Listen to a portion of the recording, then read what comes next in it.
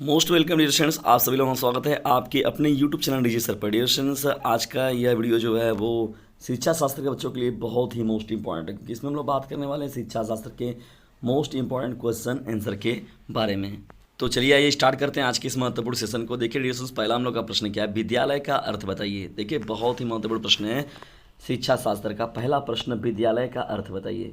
देखिए dear students, विद्यालय जो होता है वो हिंदी के संधि विच्छेद में भी कई बार पूछा गया है कि विद्यालय का अर्थ क्या होता है। तो जब हम लोग विद्यालय को दो भागों में तोड़ते हैं तो विद्या प्लस आलय, ठीक है, यहाँ पर देखिए दीर्घ संधि होता है आ और आज से क्या होता है आग बन जाता है, तो दीर्घ प्लस दीर्घ इज इक्वल टू दीर्घ स्वरूप प्राप्त होता है, ठीक है। तो विद्या और आलय से बना, जिसका अर्थ क्या होता है, विद्या का घर, विद्या का स्थान, अर्थात वह स्थान जहाँ विद्या ग्रहण की जाए, जहाँ ज्ञान को ग्रहण किया जाए, जहाँ ज्ञान को आत्मसात किया जाए, उसे ही हम लोग क्या बोलते हैं, विद्यालय बोलते हैं। इसके अलावा दोस्तों देखिए, स्कूल के बारे में अगर हम बात करें तो विद्यालय का तो अर्थ आप लोग को पता चल गया, लेकिन अगर हम लोग स्कूल के बारे में बात करें तो देखिए ये भी एक अंग्रेजी शब्द जो स्कूल है, तो इसके उद्भव का सही से पता नहीं चलता है कि वास्तव में स्कूल शब्द का उद्भव कहाँ से हुआ है।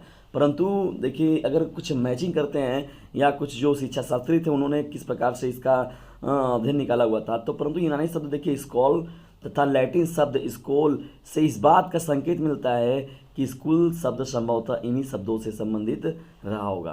तो यहाँ देखिए डिस्टेंस जो यूनानी शब्द हो गया या स्कॉल या लैटिन शब्द स्कूल हो गया, तो इस बात का संकेत मिलता है कि स्कूल जो शब्द बनाया गया है वो संभवतः इन्हीं यूनानी या तो लैटिन शब्दों से खोजकर इस बात को बनाया गया होगा या इस शब्द को बनाया गया होगा, जिसका नाम क्या है, स्कूल है। यह जो विद्यालय है ये तो एकदम नाम कन्फर्म अर्थ देता है कि विद्यालय विद्या का वह स्थान जहाँ पर विद्या ग्रहण की जाती है, अध्ययन किया जाता है, आत्मसात किया जाता है, उसे ही हम लोग विद्यालय बोलते हैं। चलिए इसमें कुछ हम लोग और महत्वपूर्ण चीज़ों को देखते हैं। यूनानी शब्द के बारे में हम लोग बात करें, जो अभी देखिए बताया गया था कि जिसका अर्थ क्या स्कॉल था, तो इसके बारे में हम लोग यहाँ पर बातें कर लेते हैं। तो यूनानी शब्द देखिए स्कूल क्या है, ठीक है डिस्टेंस। तो यूनानी शब्द स्कूल का अर्थ क्या होता है, अवकाश होता है। इससे यह ध्वनित होता है कि एक स्थान विशेष पर लोग अवकाश में आते थे और उसका प्रयोग ज्ञानार्जन आदि से होता था। इस संदर्भ में स्कूल को अवकाशालय कहना अधिक उपयुक्त प्रतीत होता है।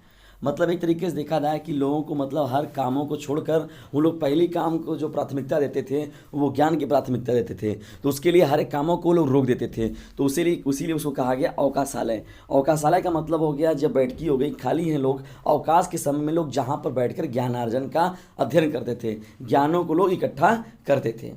इस संबंध में देखिए रास महोदय जो शिक्षा शास्त्र के महत्वपूर्ण हैं, राज साहब, उन्होंने क्या लिखा था कि विद्यालय सब पुरुषों के द्वारा समाज में सुसमायोजन, योग्य सदस्यता के लिए नव युवकों की तैयारी में सहायता देने के प्रयोजन हेतु बनाई गई संस्था है। देखिए एक महत्वपूर्ण, जब किसी हम लोग व्यक्ति का कथन लिख देते हैं तो वो उससे हम लोग एक और अपना अलग पहचान बना लेते हैं। तो यहाँ पर राज साहब का एक कथन है कि विद्यालय सब पुरुषों के द्वारा समाज में सुसमायोजन, योग्य सदस्यता के लिए नवयुवकों की तैयारी में सहायता देने के प्रयोजन हेतु बनाई गई एक संस्था जो होती है वही हमारी विद्यालय या विद्यालय हम लोग उसे कहते हैं या स्कूल हम लोग उसे कहते हैं, ठीक है।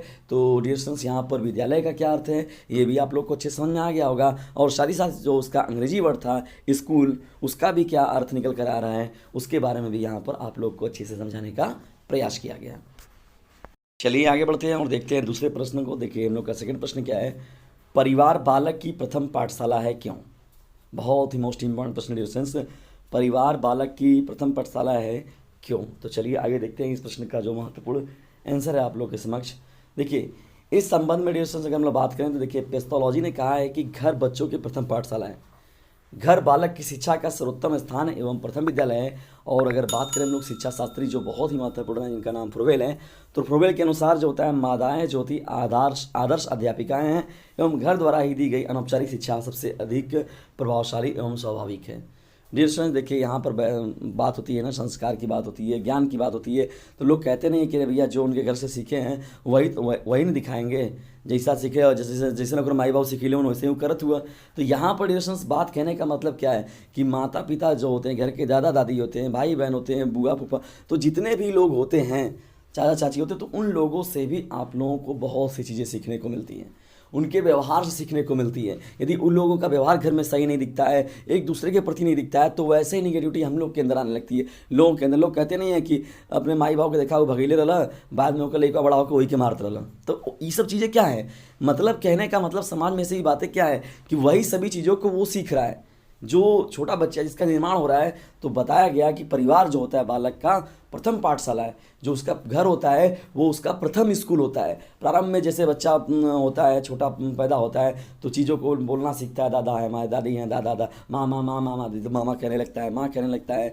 या लैट्रिन बाथरूम की हम लोग बात करें, पेशाब टॉयलेट की बात करें, तो कहीं पर भी वो पहले कर देता है, लेकिन धीरे सीखता है। घर में चप्पल पहनना है, देखता है कि बड़े यहाँ पर उतार रहे तो हमको भी उतारना चाहिए। अब बड़े हमारे जो पिता हैं वो अगर दादी जी का पैर छू गया तो हमें भी ऐसी चीज़ें करनी चाहिए। तो वो सभी जो संस्कार होता है, वो सभी जो ज्ञान होता है, वो उसे अपने परिवार से ही मिलता है। इसीलिए कहता है कि परिवार बालक की प्रथम पाठशाला होती है। और उसमें भी डियरेक्शन सबसे महत्वपूर्ण जो योगदान होता है वो माँ का होता है और पिता का होता है। तो माता पिता का देखिए सबसे सर्वोपरि उसमें योगदान होता है। ठीक है, ये बहुत महत्वपूर्ण चीज़ होती है और ये बहुत ही इंपॉर्टेंट आप लोग का मतलब प्रश्न भी है। और उसके साथ ही साथ देखिए आप लोगों के इन्वायरमेंट का, मतलब जहाँ पर आप रह रहे हैं, पास पड़ोस का भी बहुत बड़ा असर पड़ता है। या पड़ोसी आपके कैसे हैं, अगल बगल वाले जो हैं वो कैसे हैं, जिन बच्चों के साथ आप खेल कूद रहे हैं वे बच्चे कैसे हैं, तो उन सभी का पूरा ओवरऑल जो प्रभाव होता है वो आपको देखने को मिलता है। चलिए आगे बढ़ते हैं और देखते हैं प्रश्न संख्या 3 को। लेकिन तीसरे प्रश्न में आगे बढ़ने से पहले यदि वीडियो पसंद आ रहा है तो इसे लाइक करें, शेयर करें और चैनल को सब्सक्राइब करना बिल्कुल भी ना भूलें। और डियर फ्रेंड्स एक काम ज़रूर करें कि जो डिस्क्रिप्शन बॉक्स में एक नंबर दे रखा है मैंने आप लोगों के लिए 950 690 285, तो डिस्क्रिप्शन बॉक्स में से उस नंबर को लीजिए और तुरंत व्हाट्सएप ग्रुप में जाकर मैसेज करिए। मैं आप लोग को तुरंत ऐड कर दूंगा और वहाँ से मैं आप लोग को मोस्ट इंपॉर्टेंट जो PDF होगा मैं आप लोग को पूरा उपलब्ध कराऊंगा। और डियर फ्रेंड्स वो भी बिल्कुल फ्री में। तो फ्री में चीज़ों का लोग इज्जत नहीं करते, कदर नहीं करते हैं, लेकिन डियर फ्रेंड्स इसका एहसास आप लोगों को होगा। तो जब आप लोगों को फ्री में कोई चीज़ें मिल रही है तो उसका सदुपयोग कीजिए। और उसी दूर दराज के बच्चे जो इस चैनल को नहीं जान रहे हैं तो DJ सर चैनल से उन्हें भी अवगत कराइए। और साथ ही साथ ये जो नंबर है उसे भी पूरा उत्तर प्रदेश में पूरे छीड़ दीजिए। और साथ ही साथ अब तो ये NCERT बेस्ड पर मैं पूरा काम करता हूँ, तो आप जितने भी आपके अटैच राज्य हैं वहाँ पर भी आप भेज सकते हैं। जैसे उत्तराखंड से भी हमारे साथ बच्चे जुड़े हुए, राजस्थान से जुड़े हुए हैं, झारखंड की बात हो गई, आपकी छत्तीसगढ़ की बात हो गई, यहाँ MP की बात हो गई। तो डियर फ्रेंड्स वहाँ तक भी बच्चों को ज़रूर पहुँचाइए। महाराष्ट्र तक में भी कुछ बच्चे वहाँ से भी देखिए मैसेज वगैरह किए हुए हैं, जुड़े हैं साथ में। तो डियर फ्रेंड्स आप लोगों का ये कर्तव्य बनता है कि यदि आप लोगों को इतनी चीज़ें मिल रही हैं, ये निस्वार्थ भाव से यदि आप लोगों के लिए इतना कार्य हो रहा है, तो आप लोगों का भी एक कर्तव्य बनता है कि इसे शेयर ज़रूर कर दिया करें। तो चलिए बढ़ते हैं हम लोग तीसरे महत्वपूर्ण प्रश्न की ओर। शिक्षा के अधिकार का प्रावधान संविधान के किस अनुच्छेद में है? बहुत ही महत्वपूर्ण प्रश्न है डियर फ्रेंड्स। शिक्षा के संविधान का प्रावधान संविधान के किस अनुच्छेद में है? देखिए शिक्षा के अधिकार के बारे में हम लोग बात करेंगे डियर फ्रेंड्स, तो संविधान का जो अनुच्छेद 21 है तो उसी में शिक्षा के अधिकार को एक विवक्षित अधिकार के रूप में सम्मिलित किया गया है। देखिए डियर फ्रेंड्स 21 में जो अनुच्छेद 21 था उसी में शिक्षा के अधिकार को विवंचित अधिकार के रूप में देखिए उसमें शामिल किया गया। जबकि जो 21 का बनाया गया उसमें निःशुल्क और अनिवार्य प्रारंभिक शिक्षा को एक मूल अधिकार स्वीकार किया गया। ये देखिए बहुत इंपॉर्टेंट पॉइंट है। अभी जो बाल श्रम था तो उस बाल श्रम को कम करने के लिए या उस बाल श्रम को रोकने के लिए, या गरीब परिवार के जो बच्चे हैं गांव देहातों में देखते हैं तो उनको पूरी कापी किताब हो गया, भोजन वगैरह की व्यवस्था हो गई, जो उनके लिए ड्रेस वगैरह की व्यवस्था हो गई, मतलब पूरा ओवरऑल जो खर्च है वो कौन उठाएगा? वो सरकार उठाएगी, गवर्नमेंट उठाएगी। तो उसके लिए देखिए अनुच्छेद 21 का में इस बात का 21A में इस बात का प्रावधान किया गया कि जो 6 वर्ष से 14 वर्ष तक के बच्चे होंगे, मतलब कि 6 से 14 वर्ष तक के जो बच्चे होंगे उनके एजुकेशन का कोई चार्ज नहीं लिया जाएगा। ये बात जो है अनुच्छेद 21 का में लिखा गया। नहीं तो जानते हैं सरकार जो हो गया या तो जितने प्रशासनिक अधिकारी हैं वो सब उस पैसे को भी गड़प जाते, निगल जाते। हालांकि फिर भी निगल ही जाते हैं, गड़प ही जाते हैं, लेकिन फिर भी भाई उनको वो चीज़ें दिखानी भी होती हैं व्यवस्थाओं को। तो निःशुल्क एवं अनिवार्य प्रारंभिक शिक्षा देना है, इस बात का प्रावधान किया गया अनुच्छेद 21 का में, जिसकी व्यवस्था की वजह से लोगों को करना पड़ता है। ठीक है, तो यहाँ पर निःशुल्क और अनिवार्य प्रारंभिक शिक्षा जो है 21 का में शामिल किया गया। ये बहुत इंपॉर्टेंट प्रश्न है आप लोग का, प्रश्न संख्या 3। चलिए आगे बढ़ते हैं डिविजन, देखते हैं प्रश्न संख्या चौथा। देखिए आप लोग का कौन सा है चौथा प्रश्न, भी बहुत ही महत्वपूर्ण है। भारतीय संविधान में अल्पसंख्यकों की शिक्षा का वर्णन कीजिए। देखिए डिविजन अल्पसंख्यक की बात हो रही है तो जाहिर सी बात है, जब यहाँ पर हम लोग का देश का विभाजन किया गया था तो जब पाकिस्तान का निर्माण हुआ तो वहाँ पर जो हिंदू की आबादी कम थी तो उन्हें वहाँ अल्पसंख्यक के रूप में घोषित कर दिया गया।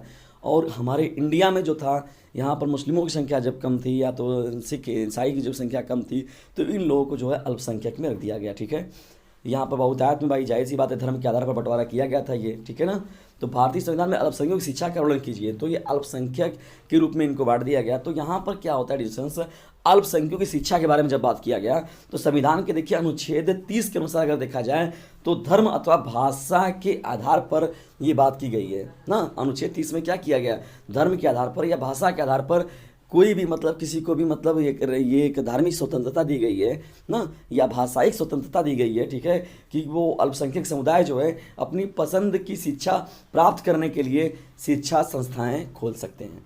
जैसे कहते हैं हम लोग कि भाई गुरुद्वारा में देखा जाए तो गुरुबाग के मतलब वो लोग अध्ययन करने के लिए वो लोग अपना कार्य करते हैं।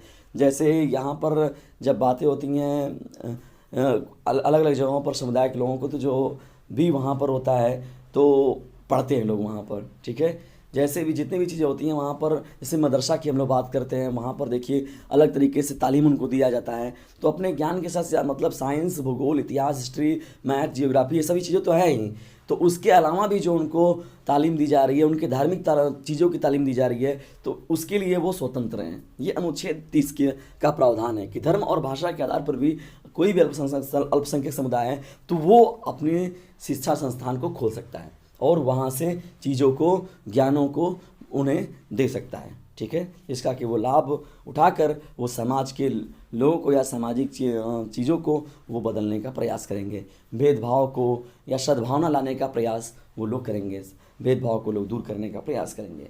तो डियर स्टूडेंट्स, जो भी बातें रहती हैं, भाई कोई भी धर्म और ग्रंथ है और शास्त्र है तो वो हमेशा क्या बताता है, जितनी भी अच्छी चीज़ें होती हैं, अच्छी विचारधाराएँ होती है, तो वो सभी धर्म ग्रंथ शास्त्रों से हमें सीखने को मिलती है।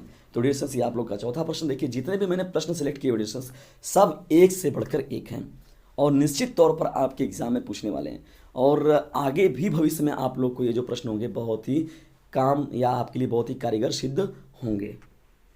चलिए आगे बढ़ते हैं और देखते हैं आज के इस महत्वपूर्ण सेशन का हम लोग का अंतिम प्रश्न, पांचवा प्रश्न। पांचवा देखिए हम लोग का प्रश्न क्या है, शैशव अवस्था जो बात होती है या शैशवपूर्ण देखभाल की शिक्षा का वर्णन कीजिए।